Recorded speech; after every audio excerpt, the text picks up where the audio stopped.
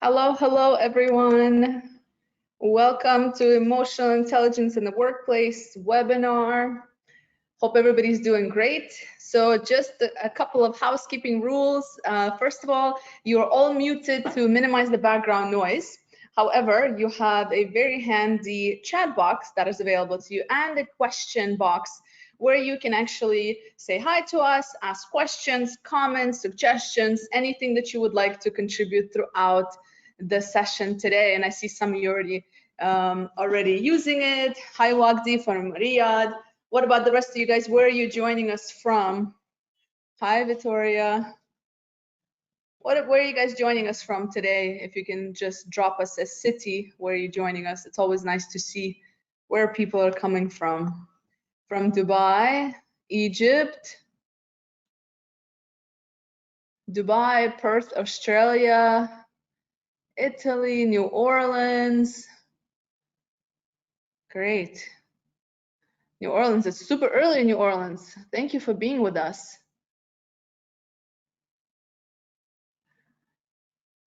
Milan, nice. Very cool. Exciting. So we'll introduce ourselves in just a moment. Let me tell you a bit about what we're going to be doing today. And we have Mumbai as well, a few people from Dubai. Excellent. We still have a few people I think will be joining us, but they can just join us once they can. It is 2 p.m. UAE time on my clock, so I'm going to go ahead and get started. If at any point you guys are experiencing any kind of technical issues, just go ahead and log out and log back in. That usually works quite well. So unless it's a majority issue, we will just keep going. All right. And please note that this webinar will be recorded. You will get a recording post the session, so not to worry. All right. So you might have heard emotional intelligence thrown around in the workplace, and especially in recent years. But actually, this interest in emotion psychology and the concept of emotional intelligence, or EQ for short, or EI, really caught fire when Daniel Goleman wrote a publication in 1995 talking about why emotional intelligence matters more than IQ. And basically in this book, what he did was he argued that EQ could be just as important, if not even more so, at predicting success at work and in life in general. So these emotional competencies played a particularly important role in the workplace. And then this concept kind of quickly caught out the attention of people, including human resources managers and business leaders around the world. Researchers have suggested that emotional intelligence influences how well employees interact with one another. It also plays a role in how workers manage stress and conflict, as well as perform overall on the job. Other studies have shown that employees with higher scores on measures of EQ also tend to be rated higher on measures of interpersonal abilities, leadership abilities, and stress management. And of course, in addition to that, intellectual and technical skills are no longer enough on their own to assure success in the workplace. And I can tell you from personal experience, when I'm working with corporates and individuals in different organizations around the region and globally, that is definitely one of the top skills that I find that distinguishes people who succeed in the workplace, leaders that are great leaders, versus those that might have some challenges. So the emotional intelligence framework guides people to understanding their own feelings, motivations, and behaviors. So in this webinar, what we're going to be talking about, we will look at, what is emotional intelligence? What are the components of emotional intelligence, right? The 5 pillars. How can you increase your emotional intelligence? Why do we have emotional intelligence? Like, why do we have emotions? Why is it essential in the workplace? Why is it essential for success? And to be honest with you, and we're going to come and introduce ourselves as well now, Yvonne, if you want to join me. So, and to be honest with you, emotional intelligence is something that we need to continuously grow and, practice, because I don't think there's an end to learning how to be emotional intelligence. And I'll be very honest with you, Me, myself, I studied it for years. I'm continue learning about it. I teach it, and I can tell you there are moments when I say I should not teach this course anymore because I make my mistakes when some moments I might lack emotional intelligence.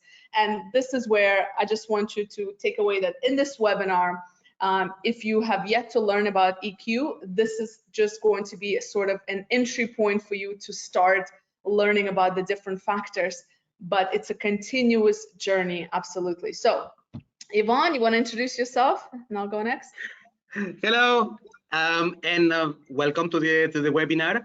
My name is Ivan Palomino. I have been in corporate job for approximately 15 years. Currently, I am together with Elena, the co-founder of Peasant, where we help organizations measure and enhance learning, performance, and well-being through technology and behavioral science. One of the things that I find the most striking in my corporate career is that people, leaders who get things done at work, they do it because they have a strong emotional intelligence, either through direct impact, because they can manage to have productive teams, or through indirect impact, which is having an influence in the well-being and sense of trust that has been developed within the team. This is also something that has driven us to go and dig a little bit deeper about what are the mechanics, in fact, that makes to exercise soft skills that prepare us for the future. Things that cannot be replaced by automatic tasks, things that cannot be replaced by machine learning or artificial intelligence in the near future. So building this strong set of skills for the future is part of the core of what Elena and we are doing in our day-to-day basis. Yes, indeed. And from my side, so I'm Elena, working at Western along with Yvonne. So I come from a background actually of higher education. Then I kind of turned into learning and development the last several years.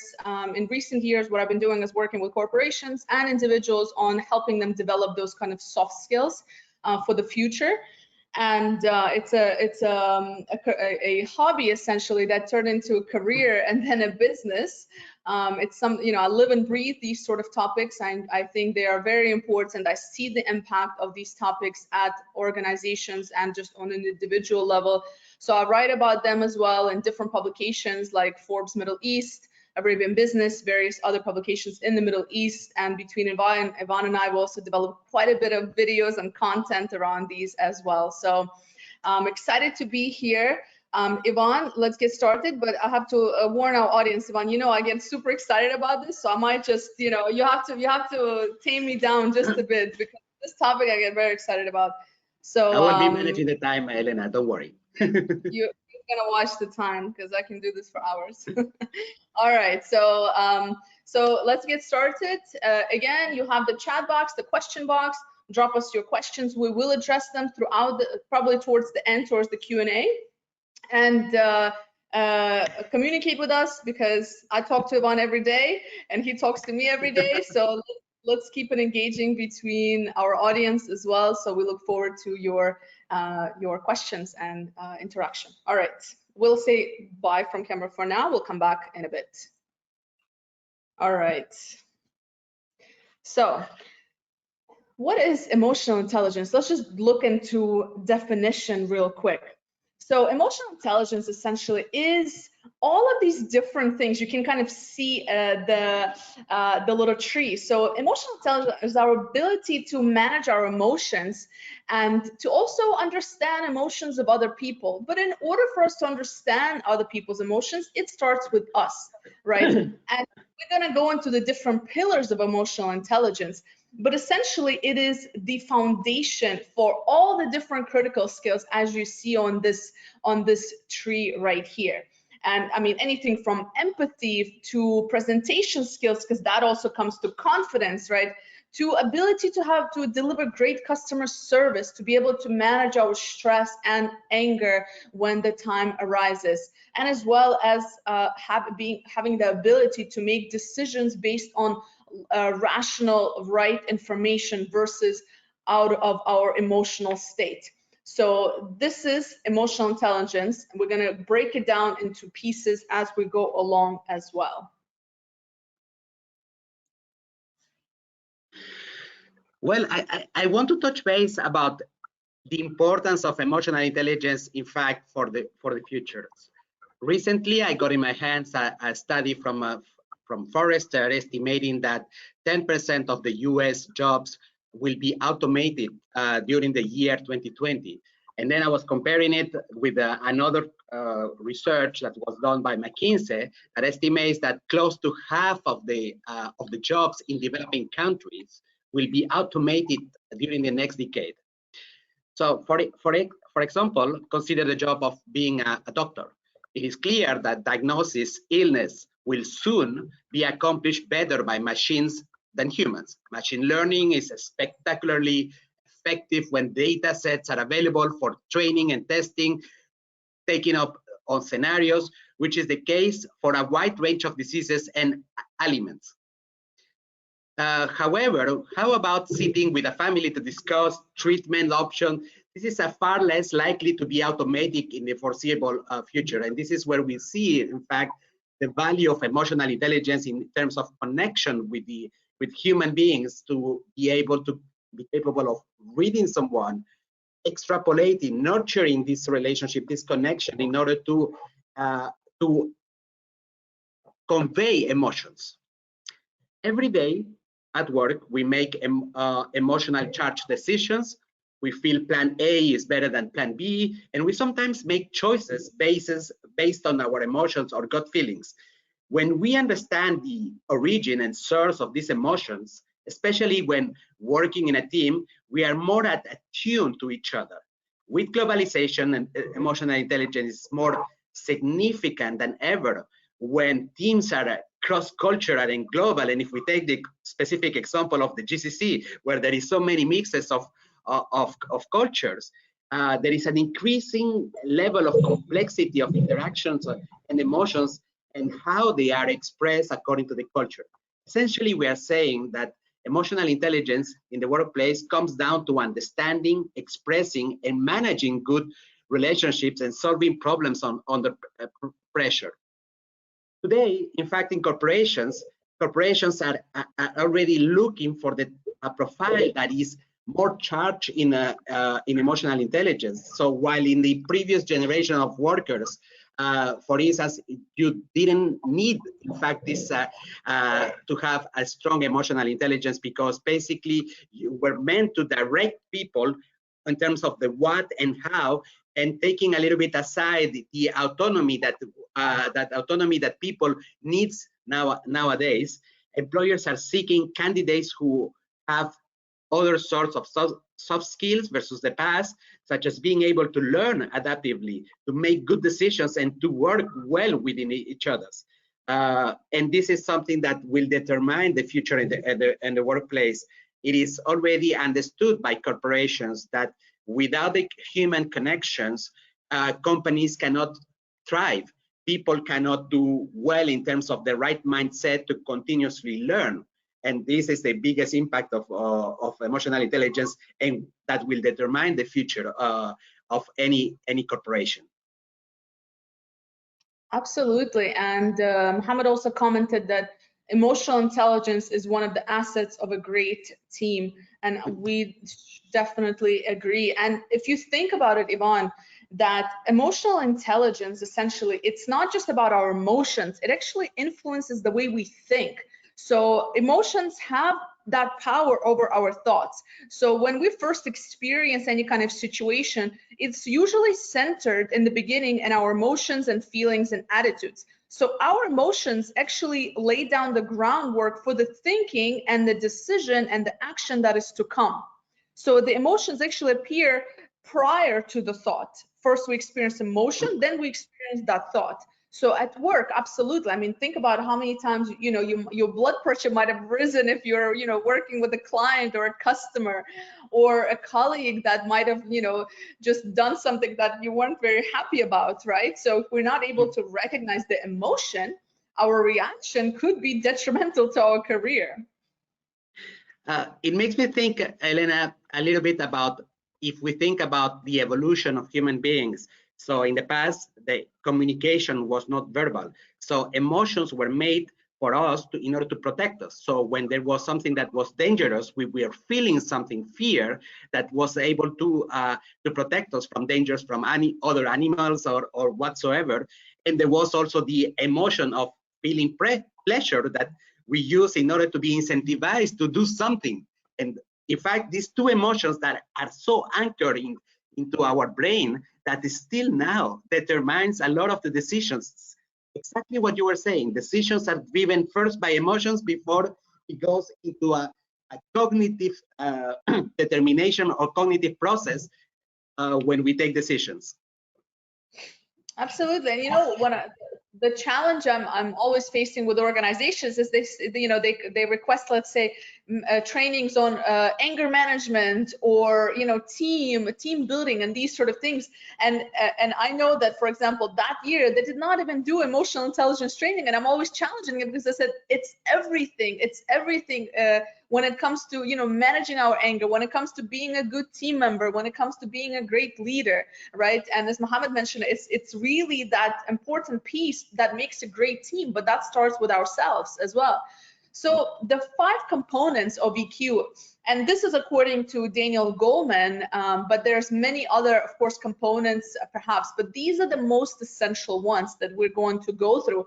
So number 1 is the self-awareness and self-regulation. These are the 2 kind of starting points. Then we have social skill, empathy, and motivation. We're going to discuss all of these one by one and kind of ways that you can get better at each. So self-awareness, so just as it sounds, it's being aware of our own sort of strengths, our knowledge, the value that we bring to this world, to the community, to our careers, right? It's what gives us confidence to know who we are and what we have to offer, both personally and professionally. Self-awareness is the root of self-esteem. It really allows us to understand our weaknesses, but looking at them as a way to say, how can we improve? Right? So it's about self-improvement. We must understand why we think the way we do, why we act the way we act, to fully appreciate ourselves and see the value and importance of any positive change. So self-awareness and understanding yourself, understanding why is it that you do what you do, aside from the financial gain, why is it that you work? Why that particular job? What made you make that decision to choose that particular, university major, which then led you to this career, right? Why do we behave the way that we behave? Other underlying emotions that are there, other underlying sort of experiences that we're now bringing into everything that we do. Where did those habits, where did those routines come from, essentially, right? So essentially, without self-awareness, we're unable to realize our true self, both internally and with people in our lives. And this is the basic of everything. And in my experience working with professionals from different backgrounds, different experiences, I believe truly this is the essential self-awareness and self-regulation, which I'll mention in a moment. Because without being aware of ourselves, it is very difficult for us to then be able to inspire others, to influence others, and to essentially drive our teams to success, to change. Because if we don't understand ourselves, how can we possibly begin to understand other people on a deeper level? And the other part here is self-regulation. It simply means self-control and our ability to manage emotions, desires, and behaviors in order to reach a positive outcome.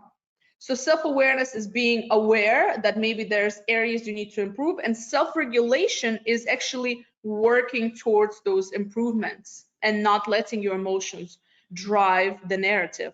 It can sometimes be difficult to handle because we have this ingrained phenomenon in us that usually tells that it's important to just tell it like it is, right? Just speak your mind. But it's important that we build the different skills and find a balance between how we express our feelings and making sure we avoid unnecessary tension and experiencing negative consequences. And essentially, understanding self-awareness and practicing self-regulation can give us the ability to successfully grow and prosper in our careers. Elena, so Yes. the first time you hear about self-awareness and self-regulation, in fact, it looks like a task that is too big for us to start with. But in reality, what we have noticed is that if we are capable of doing in a regular basis, like in a daily basis, to spend some time in an action that we have done the previous day, and understanding the root cause of what was the origin, even if it is a very small action, and you practice it in a regular basis to understand what is the root cause, people becomes a little bit more at ease with that. And it's the same for self-regulation, is to say, what small action can I do that it will not take me more than 2 minutes in order to start self-regulating, having the control of my emotions. So first time, it will look like impossible. It looks like a theoretical exercise to understand each other or to self-regulate emotions. But when you decide to chunk it, to create a piece of behavior that you want to implement in a regular basis for a couple of days, that it will take you just 2 to 5 minutes to practice, this is something that is quite possible for any human being. And coming back to your hero, Elena, Daniel Goleman, he is also talking a lot about neuroplasticity, which is the power that the brain has in order to change at any time, regardless of the habit that the long time that you have been using a bad habit, that you can still learn and transform your brain by small practices in a regular basis. Yes, absolutely. And Muhammad also added, yes, he agrees. It's harder than any task. Yes, absolutely. And also knowing yourself is hard. And yeah, so knowing yourself is definitely hard. And we know some things we need to do, but we cannot, sometimes it's not easy to take that step forward. So absolutely. So empathy is the next topic here. So empathy is the other pillar in emotional intelligence. And empathy is our ability to feel how the other people feel, meaning that without judgment, without sympathizing with them, so without feeling sorry for them, instead feeling with the people around us, essentially. And this is very important because a lot of conflict starts, especially at work, because we always take things as from our perspective. So not always, let me not use that word, but we often take things from our perspective, which then leads to conflicts, disagreements at work and in life. But instead, what if we put ourselves in the shoes of the other person and maybe understand, what is the thoughts that are going through their minds, right? So what is happening on that side? What has driven them to behave in that way? To give them basically benefit of a doubt. Because when you understand where the person is coming from, that is when you can influence them. If you understand what the person is sort of, what's their agenda, essentially, what they're looking to get out of a situation, you're then able to navigate that situation a bit better. And I want to show you a quick video here. It's just a couple of minutes, and this is video that I just think it does an amazing job summarizing exactly the difference between empathy and sympathy, because I feel sometimes we might get these two interconnected, and they are in fact quite different. And this video is by Brené Brown. She is a professor at the University of Texas in Austin, and she's been studying empathy and vulnerability and shame and disappointments and these different emotions for over 20 years. So she does a really good job explaining this. So I'm going to show you this quick video. So what is empathy, and why is it very different than sympathy? Empathy fuels connection. Sympathy drives disconnection. Empathy, it's very interesting. Teresa Wiseman is a nursing scholar who studied professions very diverse professions where empathy is relevant and came up with 4 qualities of empathy. Perspective taking, the ability to take the perspective of another person or recognize their perspective as their truth. Staying out of judgment, not easy when you enjoy it as much as most of us do. Recognizing emotion in other people and then communicating that. Empathy is feeling with people. And to me, I always think of empathy as this kind of sacred space when someone's kind of in a deep hole and they shout out from the bottom and they say, I'm stuck, it's dark, I'm overwhelmed. And then we look and we say, hey, I'm down. I know what it's like down here and you're not alone. Sympathy is, ooh, it's bad, no, you want a sandwich? Empathy is a choice, and it's a vulnerable choice, because in order to connect with you, I have to connect with something in myself that knows that feeling. Rarely, if ever, does an empathic response begin with at least. Yeah. And we do it all the time, because you know what? Someone just shared something with us that's incredibly painful, and we're trying to silver lining it. I don't think that's a verb, but I'm using it as one. We're trying to put the silver lining around it. So I had a miscarriage. Oh, at least you know you can get pregnant. I think my marriage is falling apart. At least you have a marriage. John's getting kicked out of school. At least Sarah is an A student. But one of the things we do sometimes in the face of very difficult conversations is we try to make things better. If I share something with you that's very difficult, I'd rather you say, I don't even know what to say right now. I'm just so glad you told me. Because the truth is, rarely can a response make something better. What makes something better is connection. All right. What did you guys think? Somebody asked to elaborate a bit more about empathy. Did we answer? Did that help a bit about empathy? And what did you guys think?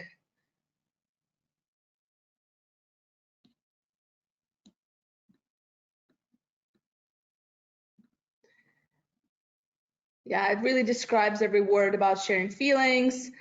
Absolutely. It's quite a good video. I think it kind of just gives that realistic approach. And I think an important part here when we're talking about empathy, it's really just, the way I put it is to give people benefit of a doubt, because often we jump to conclusions and assumptions and judgments of a situation which leads us to then act in a certain way, behave in a certain way, when in fact it could be completely different. But because we didn't take a moment to pause and ask ourselves, you know, to emphasize with the other person, to understand where is that coming from them, right? Because when it comes to emotions, the initial emotion that people show us is not, in fact, many times is the real emotion. The real emotion is the underlying root emotion, which could be something different. But because many of us, perhaps we feel uncomfortable being vulnerable, so we show, let's say, anger, but in fact, the emotion that we're really feeling is embarrassment or insecurity or fear. But the way we portray it, the way we act it out is in the form of anger. But in fact, it's not. So this is why when I do customer service trainings, I always tell people, you know, when you have, you know, upset customers coming to you and they're shouting at you, believe it, it's not about you, because nobody should be in there. You know, if you are an emotionally strong and intelligent individual, there's no reason, no matter how upset you are about a particular customer service or product, you know, no, there's no reason to ever shout and raise your voice at anybody, let alone be disrespectful. And I always say, you know, you have to look at the individuals that, you know, that portray this anger perhaps or frustration, and you know, give them benefit of a doubt that perhaps they're just having a rough day, and you know, and perhaps that they are dealing with other things, because usually that is the case. And that usually, again, prevents us from acting out in a certain way and taking things personally, letting that other person affect us in a negative way. And somebody also said empathy is like placing ourselves in other people's shoes. Absolutely. And I'm glad you guys were able to to sort of see that difference. Somebody else just said that sympathy sounds like a negative feeling. Is it so? Not necessarily. I wouldn't say it's negative necessarily. I think that it's just more of not as constructive as empathy. You know, feeling sorry for someone does not add value to us or others, essentially. And when you were able to emphasize, and as she said in the end of the video, sometimes emphasizing does not mean to try to solve somebody's problem, right? Because when something happens to a loved one or somebody we care about, the first thing we do as those as people who care about the others is we go into problem solution mode, and we try to offer solutions and our opinion about a particular situation and how to solve it, when in fact sometimes the other person just needs us to listen. Sometimes other person just needs to tell us, you know what, I have no idea how this feels, but I'm just here to listen. And that's it. And that is where empathy is stronger than sympathy, because sympathy does not add that kind of value. So it's not that it's negative, it just doesn't add as much value to the relationship, essentially. So, and in case ones, so there's a couple more. Somebody asked also, yes, is there a chat feature? Yes, there's a chat or the question. So those both are available. And there's a couple of questions as well. We'll come back to those about empathy. All right. Yeah, so and somebody mentioned also maybe sympathy is good from afar, but empathy is good up close. All right, so we'll come back. I saw the question about the empathy question, so I'll come back to that towards the end, towards the Q&A. I just want to make sure we go through some of this content. So that's empathy. I hope that's clear. And it's usually one of the, exciting kind of pillars here because it's so important. Another important one, though, is social skills, sorry. So in emotional intelligence, the term social skills refers to the skills needed to handle and influence other people's emotions effectively. And if you're thinking it sounds like manipulation, it can actually be as simple as just understanding that smiling at people makes them smile back and can therefore makes them feel much more positive. So it's not necessarily manipulation, it's just essentially a way to come to a win-win solution in a particular situation. And some of the social skills here could include influencing and persuasion, could be conflict management, could be change management, could be collaboration, cooperation, like team working skills, could also be just general communication skills. All right, so and for those of you who are perhaps, say maybe that's something I need to improve, one of the best ways to sort of work on those social skills is exactly what you might imagine, is to get social. And doesn't mean you need to go and start sort of, connecting with everybody, but just trying to meet new people throughout your weeks, your months that are coming up. Try to expose yourself to individuals that are different from you, to learn from other people, to get to know different behavior styles, to observe people in a new way, to observe people with empathy, to observe them in a way of how they behave. So not merely just interact as we would, but in fact, just be curious about other people. Because the more interaction we have, it can be online, it can be face-to-face, safely, of course, in these days, whatever works for you. But essentially, it's the more we know people, the more we're able to hear people's stories, the more social skills we will have.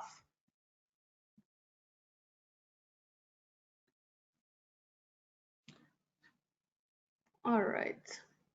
Ivan, anything here before we move on? I'm sorry, I was speaking without the mic.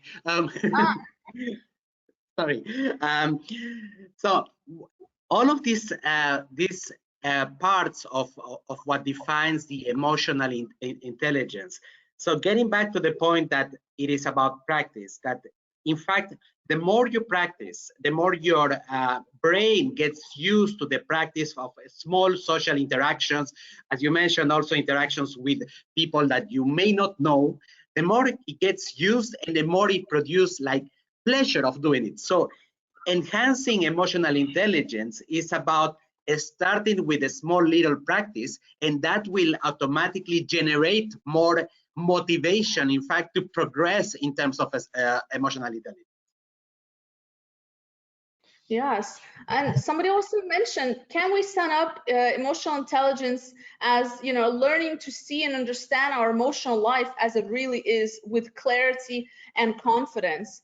Yes, I think that we could. And emotional intelligence is, by the way, it's not avoiding emotions, guys. Yes, so just to be clear, it's not avoiding emotions. It's not hiding those emotions. It's in fact, understanding our emotions and making sure that we do feel them, because, and I'll explain to you in a couple of slides of why we even have emotions to begin with, but we need those emotions, right, for different reasons. The idea is to not let those emotions drive our behavior in a way that can potentially be hurtful to our careers, our relationships with other people. Oops. And the last part here is motivation. So motivation essentially is, and I know, Yvonne, you have quite a bit to say about motivation. So motivation is, you know, kind of your personal drive to be better, right? To learn, to achieve your goals, to continue being resilient, to stay agile in your career and life, to keep going, keep growing, keep learning. So it's your sort of why, if you want to say that, right? So it's the drive. It's, you know, understanding what drives you. But we know, in fact, that motivation by itself is not enough. It's an important part of emotional intelligence, because, and it goes back to self-awareness. It's very connected, because we need to understand what's our goals, right? What are we striving for? We need to have a sense of direction. Elena, so when we look at, in fact, at the evolution of the workplace and how the standard worker in the past was told what to do and how to do things, the new generations have a problem with that way of working. So the younger generation of workers have the need, in fact, to have a greater level of autonomy, a greater level of mastery, where they can decide, in fact, the way how the things should be done. And for them, it's also the sense of purpose that is quite important in order to derive the engagement or the motivation that they have to work for a corporation. So the emotional intelligence is almost like the door, the key for a door that will open, in fact, a higher level of drive in the workplace.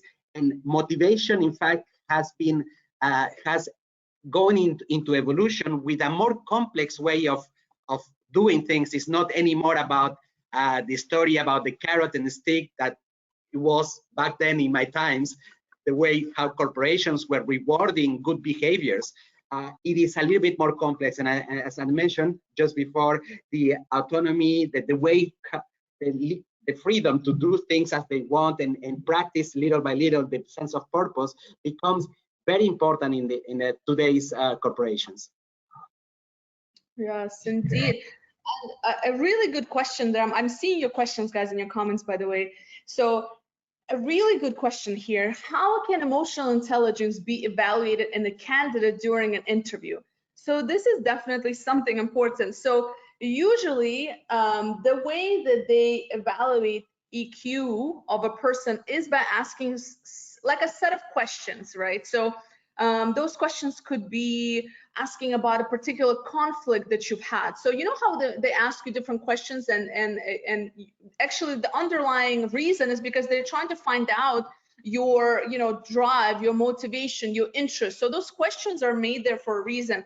Emotional intelligence is also one of the things they're trying to evaluate. So when they're asking you about a conflict you've had, how did you resolve it, for example, that's a way for them to find out how emotional intelligence you are based on the answer that you will give.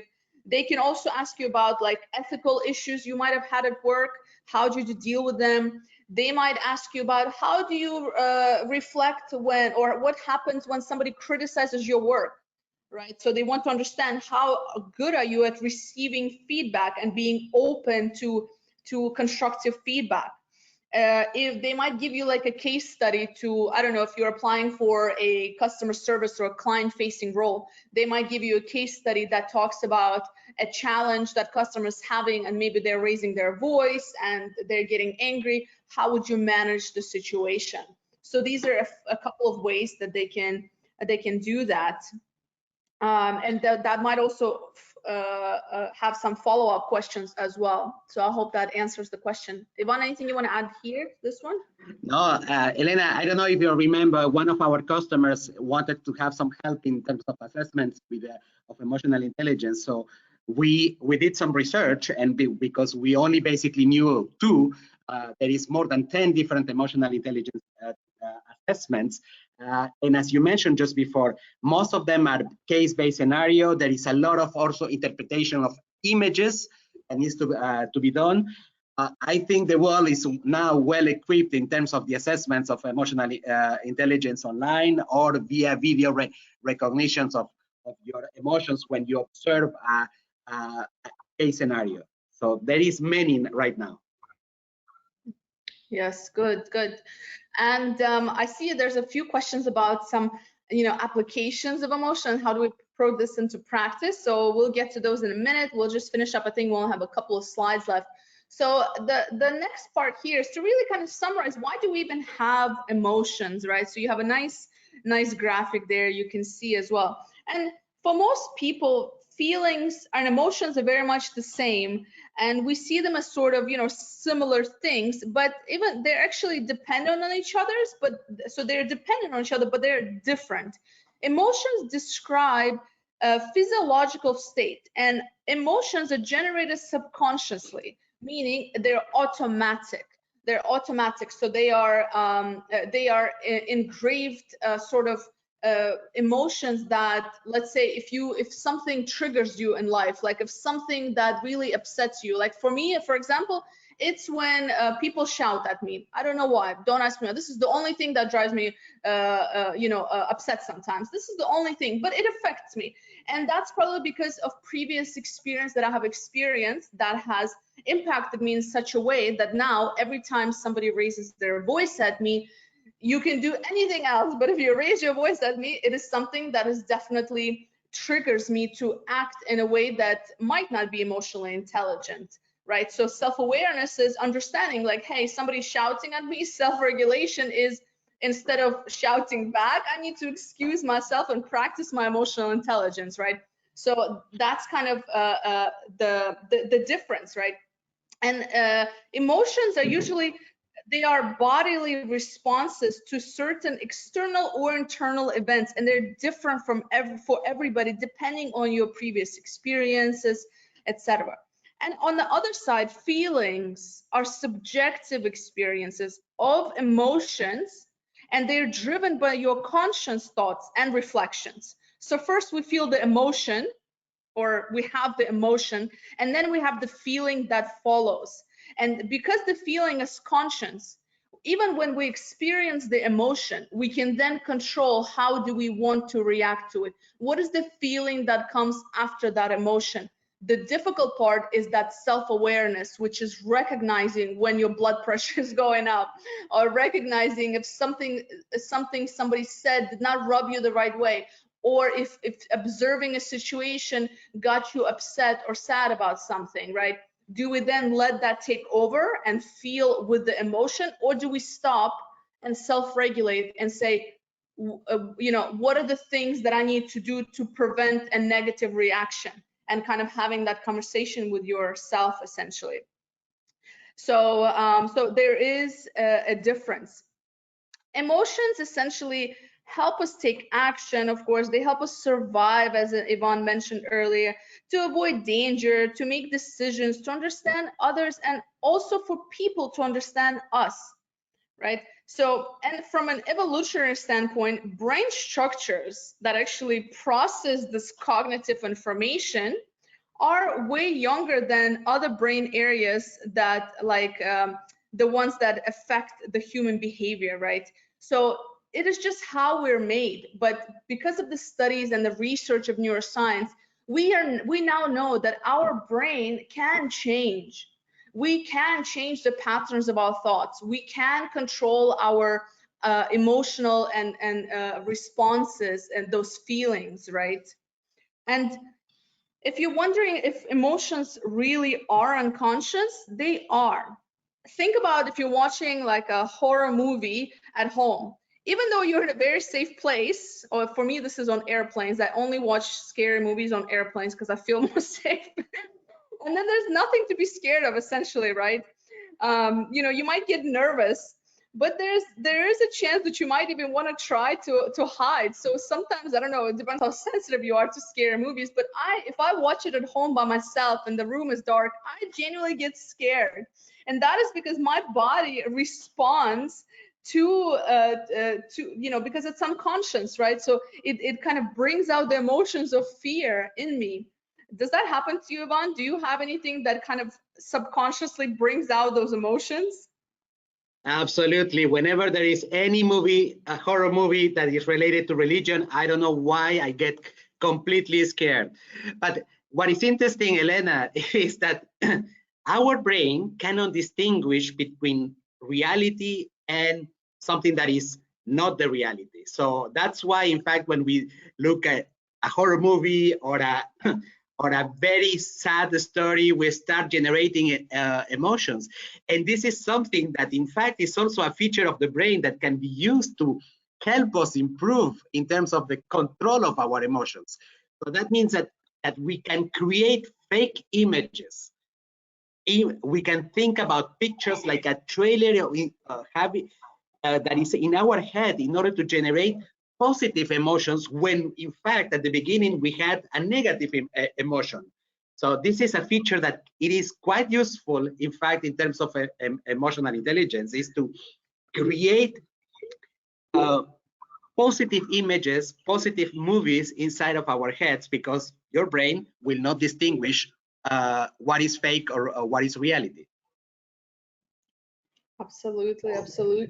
Same thing with sad movies, right? As you mentioned, it's a reaction essentially from our body. It's completely subconscious, and that's what makes it essentially difficult. So at this point, let's also open up. So we're going to go through the ways to increase your IQ, but at this point, we'll also open up for questions. So we have a few I'm going to address, and so at this point, we can also come back on camera and answer your questions. So there's a couple of things I want to reflect on. So somebody also asked that, or mentioned that being social will affect their leadership. Can you elaborate a little bit more? Another question we have, Yvonne, is how do we show empathy with a situation we have never been exposed to without looking sympathetic or artificial? For example, a situation of poverty or hunger. And this is the difficult part, because especially I think now with the things that are happening, I think a lot of people are going through loss, you know, whether it's due to COVID or the financial situation. I feel that people are losing something, and you know, some of us can relate, some cannot. And I think the best way to do it is to be genuine and to be honest. And Yvonne, maybe you can add to that as well. But for me, what I believe from experience is that when you just say, you know, I have no idea what you're going through and I can't even begin to imagine, but you know, tell me how I can support, tell me what do you need right now. You know, I think being genuine and because we try to solve problems, and sometimes we need to realize we cannot, especially if we have no idea what that feels like. So ask the person, I have no idea what that feels like, tell me about it. You know, what can I, you know, I want to understand. I want to see it from your perspective. I want to build on what you just said, Elena. It is, for instance, yes, sometimes we travel to countries where we don't know that if the level of poverty of people can, it is something where they are feeling horrible. Maybe if they are happy or not. And the startup, it should be the discovery, the empathy part, where we are trying to put ourselves in the shoes of others. And this was mentioned by one of the participants. And to do that, it is about the discovery. It's about going to the person, asking them questions, not how do you feel, but understanding indirectly what is the real situation of these people. Because it is not, if we are looking it through our shoes, we are going to feel pity. And maybe this is not either what they need, or maybe it is not the reality. And so the first step, and this is in the journey to discovery of situations where we have never been, it is about the empathy, putting ourselves in the shoes of others, asking questions. This is the first step to understand what is the real, the root cause or the realities. Absolutely, and you'd be surprised how little sympathy people need from us. That's not what most people need. Most people just need that, you know, that empathy, essentially. So somebody Elena, to listen. can I go back to, there was another question that it was related to leadership. Yes, and I guess it's the fact that, do we lose as a leader if we have a high emotional intelligence? Let me tell you the naked truth, guys. The leader of the past, the one who was paternalistic, far away in terms of emotions with the people, is disappearing. Is someone who is not anymore a valid approach for the development of the workplace, of corporations. So this person who was the leader, a little bit far away, not connected with people, just telling them what to do and how to do it, in 10 years time, it will completely disappear. So this model, shouldn't be your role model anymore. The one that nothing prevents you to connect with people by asking them, by genuinely asking about how they feel, how they are into their personal life, how do they feel about the interactions on the team. That will not reduce your leadership. What reduces your leadership is to be completely disconnected from the realities of your team. Yeah, absolutely. And we have a couple of questions about how do you actually raise self-awareness. And also, I wanted to mention the points here on this slide, and it's how do we increase our EQ? And Ivan, feel free to throw some things as well. But one of the best ways to challenge our emotions is to take a moment, if you can, when you can. So when somebody sends us an email and that upsets us, then of course we have that moment before we respond negatively, perhaps, if they send something that's not very pleasant. So we have that time. But the way you do it, essentially, if you haven't been observing your thoughts and your emotions, you know, up until now, for example, or maybe as an afterthought, every time you feel uncomfortable, this is at least what's worked for me and some people I've worked with, when you feel that sense of uncomfortable, sense of, I don't know, embarrassment, shyness, whatever that feeling is, try to understand it. The more you're able to recognize the different emotions, the more you're sort of tuning your brain to stop and reflect on the emotion, recognize them, deal with them, manage them, feel them, whatever that process is in that sense. But essentially, taking a moment and pausing and saying, you know, I'm feeling uncomfortable. Why do I feel uncomfortable? What is it really? Why do I feel embarrassed? Why do I feel angry? Like, what is it, you know?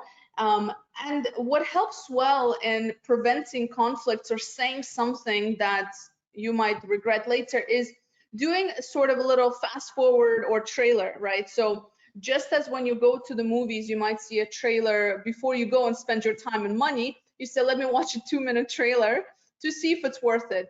In real life, we don't have 2 minutes often to see a trailer of what our response could generate, but our brains are very smart and fast, and they can do this little trailer in just a couple of seconds. So pausing and taking a moment and just, again, self-regulation, right? So self-awareness is saying, okay, I'm experiencing something, I don't like it, it's really going towards the negative side. Self-regulation is saying, let me just check in with myself for 2 seconds to see what is this response what is going to be the consequence if I respond in this way. So sometimes you have more time than other times, but the more you practice recognizing each emotion and understanding where it's coming from and preventing you from making statements or saying or behaving in a way that you might regret later. So can I bring it back a little bit about the actual practice of emotional intelligence? So what we are saying, what Elena has put down into the slides are just startup ideas. What works for Elena doesn't work for me. The big examples of the 5 tips of emotional intelligence by Richard Branson, if I read the book, probably nothing will work for me. I am not Richard Branson. So the key, in fact, in order to practice a better emotional intelligence work is to understand what drives, in general, for any human beings, decisions or change. In fact, the first thing is about how do I start doing a practice of a habit or an action that I can do that it doesn't cost me any effort. This is number one. Number two, what can I use as a reminder to do this action, right? And do I have enough motivation?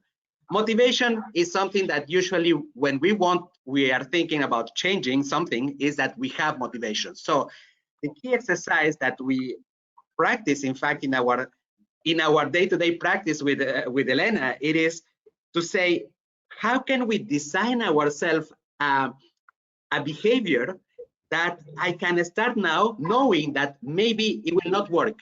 That is just like a beta test that I'm launching. And if for Elena, it works to make a pause of 5 seconds before she expresses a behavior, maybe that will not work for me. And I have to find out in a couple of days something else. But how can you start developing a routine? And when it becomes a routine, it becomes automatic, where it can help you out to control the change that you want to implement.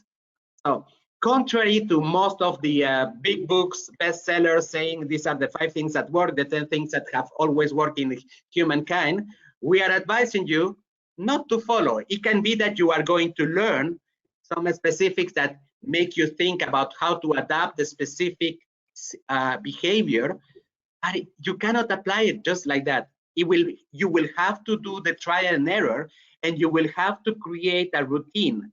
Without routine, you don't have mastery of an action. You don't have the mastery of emotional intelligence. How can you do a small piece of action that is going to be every day in order to make you better and progress in your life?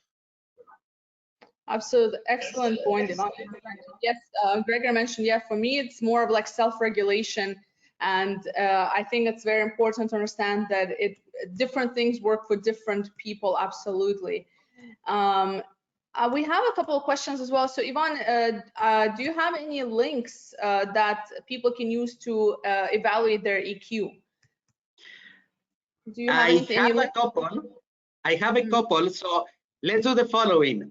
Tomorrow you will receive the recording of the webinar. Together with that email, you will have a couple of links. Yeah, that sounds good. Yeah, I have, but it's not a link. It's a Word document I have. It's an assessment by Daniel Goleman. So maybe you can find it online. It's just his EQ assessment, which is quite good. But we'll share the links in the follow-up email. And somebody else says, so a practice of pausing prior to responding to others. Yes, this is what works in some ways. So again, as Ivan mentioned, this is something I find that works quite well. Depend on the sort of level of emotion you're experiencing, and it's one of those things that I think it just comes with practice. And I really think it starts with self-awareness, because if we begin that practice of self-awareness, it will essentially transform into everything that we're doing from up to our emotions. So when we know ourselves, because self-awareness is also about self-esteem and self-confidence, and when we're self-confident and when we are, we understand ourselves and we don't take things personally from people, which is all of that is self-awareness, then we're unlikely to negatively respond to others' negative statements or things that people say or do. And I'm not just preaching this. I used to be a person who is, well, first of all, I'm very hot-blooded to begin with. I come from a very and so is Ivan, but he's Latino. So, you know, they are a very passionate people when it comes to expressions in general. I have a blood of a Russian and a Chechen. It's an atomic combination. So what I can tell you is that I'm with you. If things just, you know, it's very difficult to control. I've been there. Ivan has been there.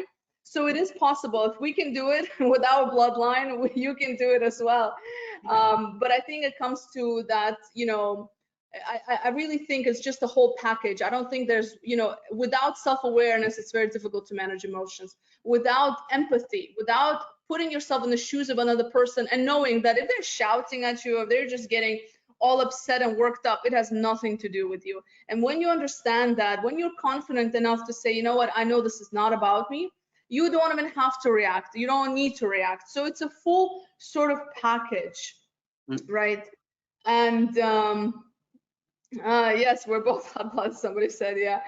And last thing here, so I know we're just finishing up on the time, but last thing here, somebody asked Ivan, I'll give this to you because I think you're gonna like this question, but somebody said, how do you find your why? How do you, you know, that motivation, how do you actually find that drive? Trying to get to the actual question. So how do you find, you know, that purpose, essentially, that why to your motivate? How do you find your motivation?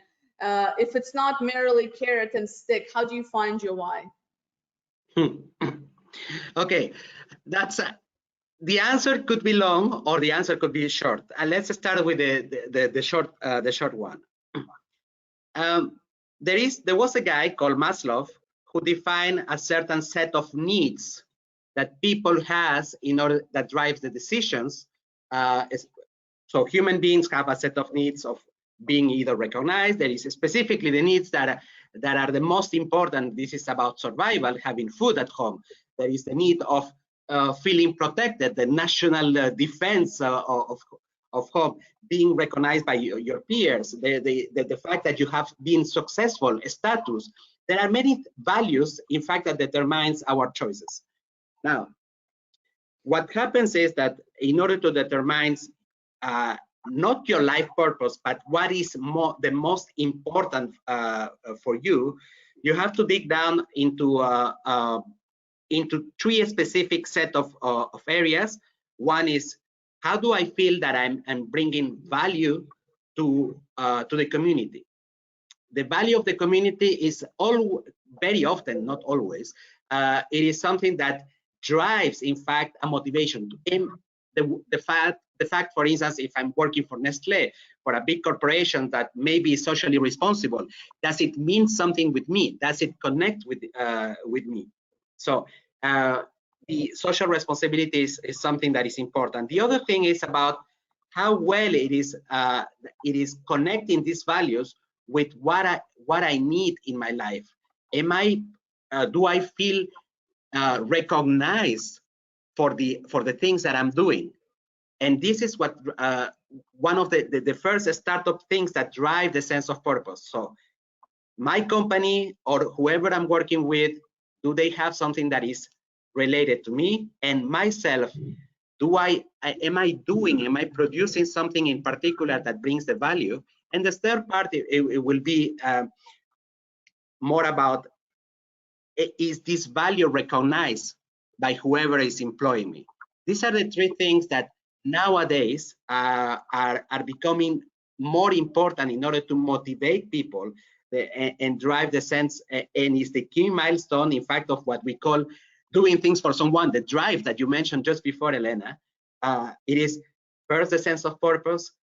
So why I'm doing things. The second is about how do I have the freedom to do the things as I want, the sense of autonomy. And the third thing I have forgotten is, do I have the capacity to get improved, to get my skills upgraded, to be better at something? Do I have the time? Do I have the possibility to do it recurrently in order to feel that I'm doing something challenging every single day, but I'm doing it, I'm progressing on it. So these are things that create the sense of motivation or drive. Great. So I think we are finished up on time, and I hope that you were able to sort of, hopefully we're able to raise your awareness perhaps about the topic, the importance of it, the different aspects that it encompasses.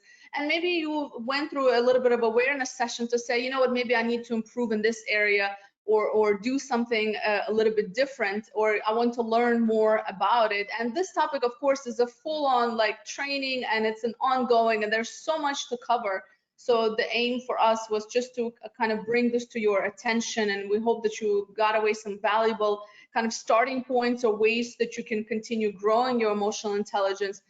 We do have, of course, free resources for you. This website is right in front of you on the slide. We post different articles and content on these topics and more. We run these sort of webinars as well, at least twice a month. We're doing one actually on mindfulness, not just the mindfulness you might think about that people talk about, but actually mindfulness from how our brain changes and from a science perspective. So that's also on the website. It's free to attend. Next week, we're also interviewing one of the top career coaches, Dr. Dawn Graham, about career change. So for those of you interested in career change, this is the one to join.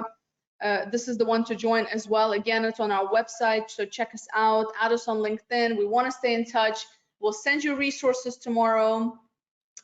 Again, thank you for your attention. Thank you for being with us, for your questions, for joining us from all over the world. We really appreciate it. Thank you very much. It was lovely to spend some time with you.